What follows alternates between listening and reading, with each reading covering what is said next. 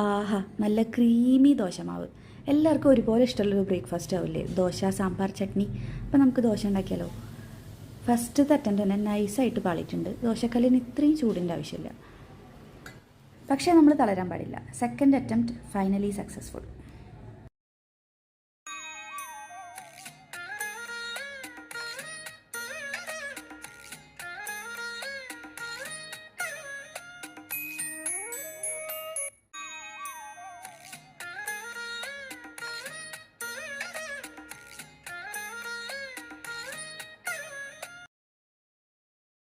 കുറച്ച് നെയ്യ് കൂടി തടവി കൊടുക്കുന്നുണ്ട്.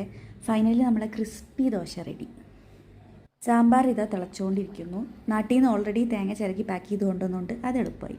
പിന്നെ ഒരു പച്ചമുളക്, 2 ചെറിയുള്ളി, ഒരു ചെറിയ കഷ്ണം ഇഞ്ചി, കുറച്ച് തൈര്, ആവശ്യത്തിന് ഉപ്പ്, പാകത്തിന് വെള്ളം എല്ലാം കൂടി ഇട്ട് കുറച്ചധികം അങ്ങോട്ട് കറക്കിയെടുക്കുക.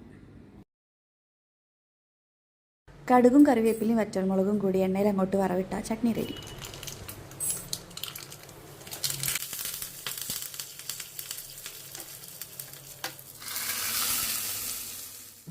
പിന്നെ എല്ലാം കൂടി മിക്സ് ചെയ്ത് അങ്ങോട്ട് കഴിക്കാം.